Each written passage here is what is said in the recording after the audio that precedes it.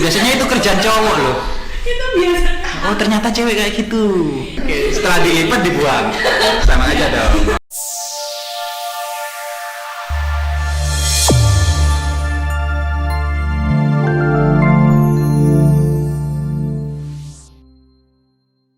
Oke, balik lagi di sesi bedah buku.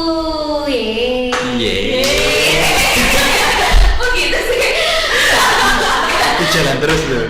Ya. Oke, kali ini kita ditemani oleh sebelah sini ada siapa? Saya Syafi'i atau panggilannya Justin Dari marketing. Oke, sip. Sebelah sini ada siapa? Saya Fadila dari accounting. Oke, sip. Dan saya Afifah dari marketing. Oke, buku yang akan kita baca adalah Is It Bad or Good Habits?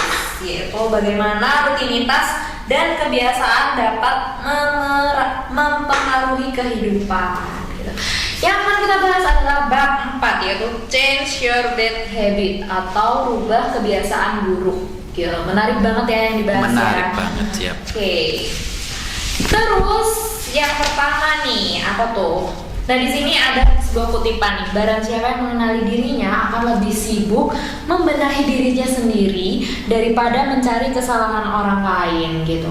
Pada intinya adalah merubah kebiasaan buruk itu merupakan sesuatu proses dalam mengenali diri sendiri. Jadi kita ketika kita sudah mengenali diri sendiri, itu kita bisa membenahi diri kita gitu untuk menjadi yang lebih baik gitu.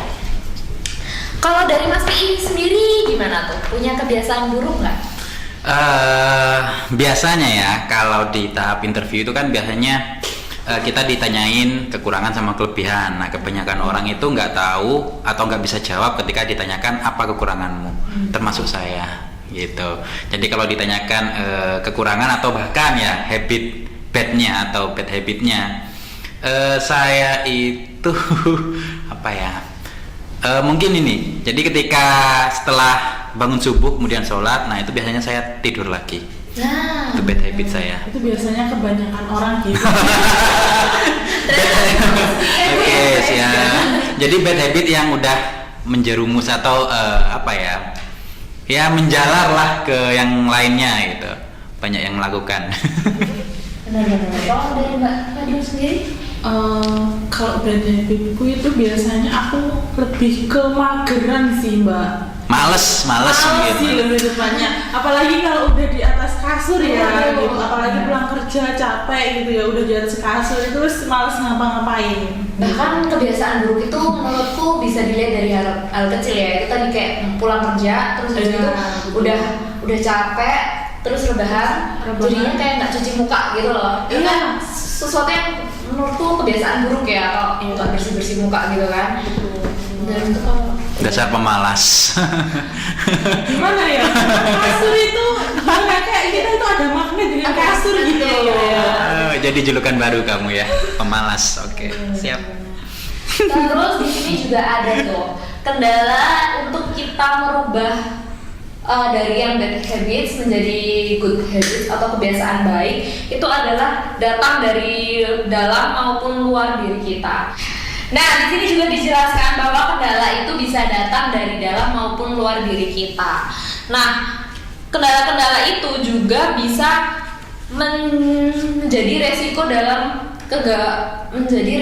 kegagalan dalam proses kita merubah atau membenahi diri menjadi kebiasaan baik gitu. Dalam bentuk kebiasaan baru itu pasti harus dijalani dengan hati-hati dan ada poin-poin penting yang perlu diperhatikan. Nah, di buku ini dijelaskan yang pertama poinnya itu adalah berkomitmen. Ya, komitmen itu apa sih? Komitmen itu yang saya baca di sini adalah ketertarikan. Ketertarikan. Sama dengan konsisten nggak sih? Beda ya? Beda. Oh beda. Kalau di sini bukan ketertarikan, sorry. Keterikatan terhadap tindakan yang kita lakukan. Nah, kira-kira nih kalau dari Mbak Fadila dulu deh.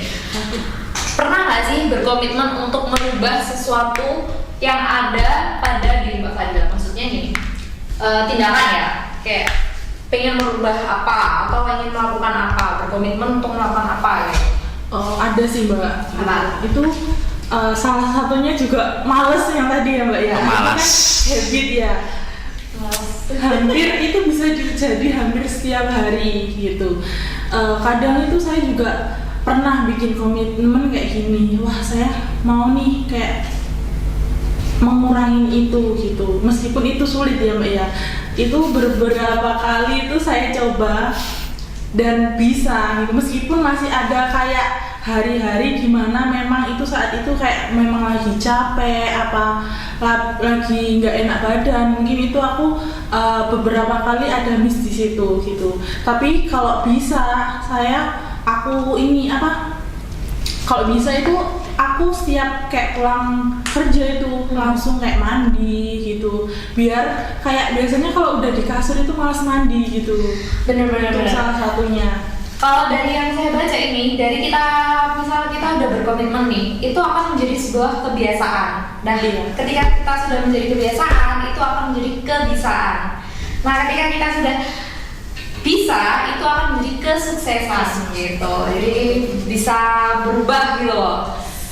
Seiring berjalannya waktu Ya, dan tergantung diri kita sendiri gitu, mau merubah itu atau mau tetap stuck di situ aja. Benar, dalam berkomitmen gitu ya. Dari aku ya, oke. Kebiasaan. Kalau dari aku sih mendengar dari ceritanya Mbak Fadal, Mbak siapa? Mbak Fadil. Oke, maaf. Oke, Mbak Fadil ya. Jadi yang bisa saya ambil atau tarik kesimpulan bahwa untuk kebiasaan itu yang pertama kita dipaksa dulu. Entah itu kita memaksa diri kita sendiri, kemudian setelah dipaksa kemudian jadi biasa. Nah, dari biasa jadi kebiasaan. Nah, dari kebiasaan jadi kesuksesan itu tadi. Oke, kalau dari aku sih berbicara komitmen, saya pernah kayak gini. Aku ingin sholat subuh berjamaah di masjid. Padahal yang saya lakukan selama ini ketika bangun, dan itu pun nggak pas adzan ya saya bangunnya, tapi menjelang habis subuh. Jadi subuh udah mulai habis, sudah mulai terbit matahari baru saya bangun dan saya sholat. Nah, pada saat itu saya pernah berkomitmen ingin sholat subuh di masjid gitu. Dan itu terlaksana satu kali ketika hari Minggu, dan itu kebetulan nggak tidur. Jadi makanya bisa gitu. Makanya entah itu komitmen yang berhasil atau tidak, saya kurang paham, karena itu memang faktornya nggak tidur sampai subuh, dan itu berhasil. Saya bisa sholat jamaah di masjid, tetapi besoknya nggak terlakukan atau nggak bisa dilakukan lagi karena memang benar. Jadi karena begadang mungkin faktornya gitu. Jadi komitmen saya tetap ingin sholat jamaah subuh di masjid, itu sih mungkin. Cuman ya mungkin belum konsisten aja. Itu tadi benar, aku mau bilang kalau ketika kita udah komitmen itu akan ada sebuah konsisten. Jadi komitmen itu kan keputusan yang kita ambil gitu. Iya, benar. Keputusan yang kita ambil. Jadi kita harus rela untuk menyempatkan atau menyediakan waktu dan tenaga, ibaratnya apa ya? Meluangkan waktu itu tadi untuk Benar. melakukan hal tersebut gitu. Karena kita udah komitmen. Nah, ketika kita sudah meluangkannya, kita akan pasti bisa konsisten gitu kan. Iya, benar. Benar. Terus apa lagi yang dibahas di sini adalah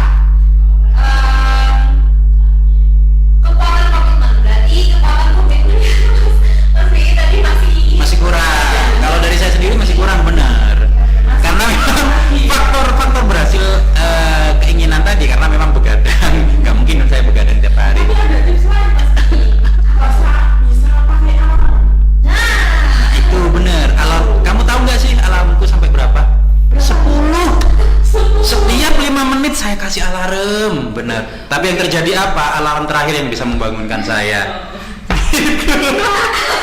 apa tuh masalahnya kok bisa alarm terakhir gitu? Ya mungkin faktor itu tadi, malas. Benar. Ujung-ujungnya adalah malas ya Kayaknya berbiasa. semua orang ini merasakan malas gitu ya. Enggak Pasti sih. ada. Kamu aja mungkin, saya enggak. Juga Saya salah satunya. enggak. Komitmennya Mbak Fadila berarti belum juga ya? Dia masih rendah juga Masih ya? rendah sih gitu. Banget, rendah banget. Tapi masih bisa lah, tapi nggak sekali lah setidaknya. Iya tadi konsisten, pelan-pelan. Oke. Oke, selanjutnya ada bergerak step by step. Gimana tuh menurut Mas Fi? Oh, ini bergerak step by step. Boleh saya pinjam ya? Oke, saya di sini coba bacakan ya kutipannya. Jadi di sini ada kutipan. Untuk mengubah hidup, jangan berpikir tentang perubahan yang besar tanpa mengawali dengan perubahan yang kecil. Nah, itu berat. Berat nggak sih kalau kita ingin perubahan langsung ke perubahan yang besar? Pasti berat lah. Jelas berat. Oke. Jadi mulailah dari hal-hal kecil dulu, lalu menuju perubahan yang maksimal. Karena pada dasarnya hal besar dimulai dari perubahan-perubahan kecil. Itu. Nah, biasanya kebanyakan orang untuk melakukan gerakan atau ingin merubah dari bad habit jadi good habit itu merasa berat karena yang dipikirkan oleh orang-orang itu adalah perubahan tersebut harus berdampak besar. Nah, sehingga karena berpikiran seperti itu, seolah-olah perubahan atau habit yang bagus itu sangat berat untuk kita lakukan. Nah, jadi di buku ini dijelaskan bahwa kita mulai dari perubahan yang kecil dulu, baru ke yang besar. Nah, di sini ada 4 langkah. Jadi ada 4 langkah, sobat-sobat di rumah. Jadi yang pertama di sini make it obvious. Entah itu bacaannya benar apa enggak ya. Yang penting itu. Intinya di sini untuk make it obvious, untuk membangun kebiasaan baru, buatlah kebiasaan itu terlihat secara jelas. Nah, di sini contohnya adalah menabung. Jadi contohnya kayak gini. Saya ingin merubah kebiasaan buruk saya yang nggak pernah menabung menjadi perubahan yang bagus, yaitu menabung. Nah, caranya adalah kita beli tabungan atau celengan, benar, celengan plastik, kita taruh di tempat yang sering kita lewati. Contoh pintu rumah. Nah, kita taruh celengan di pintu rumah. Jadi ketika kita mau keluar atau mau masuk, kita lihat celengan itu. Jadi karena kita melihat setiap hari celengan tersebut, mungkin itu bisa membuat keinginan kita untuk menabung itu tambah besar gitu. Itu yang make it obvious. Atau mungkin dari teman-teman ada contoh lain. Intinya kebiasaan tersebut bisa kita lihat secara langsung. Apa? Tadi nabung. Jadi tabungannya ditaruh di tempat yang sering kita lewati. Jadi kita terlihat jelas nih tabungannya ada, fisiknya ada. Gitu. Apa ya? Aku gini kali ya. Itu tadi yang aku udah bilang apa sih, skincare gitu loh. Skincare. Aku males banget orangnya skincare, jadi kayak itu tuh bener-bener aku lihat gitu loh, ada di hadapanku ketika aku udah pulang.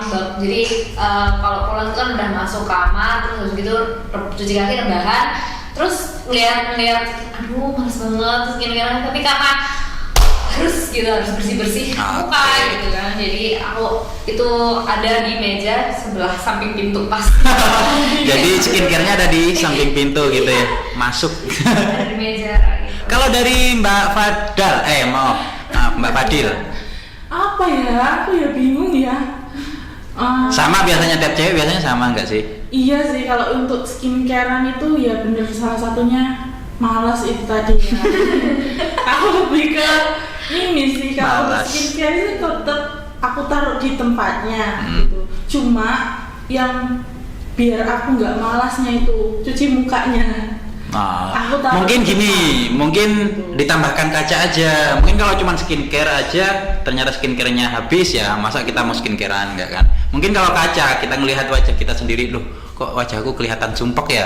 Mungkin dengan melihat wajah kita sendiri yang sumpek itu tadi, atau bahkan yang setelah masak, biasanya kan itu ya kalau cewek, setelah masak wajahnya itu berkeringat atau bahkan hitam semua gitu. Bisa sih. Mungkin kita dengan ngaca di rumah. benar, jadi setiap sudut-sudut rumah ya, dikasih setiap kaca. saat kita bisa ngaca gitu.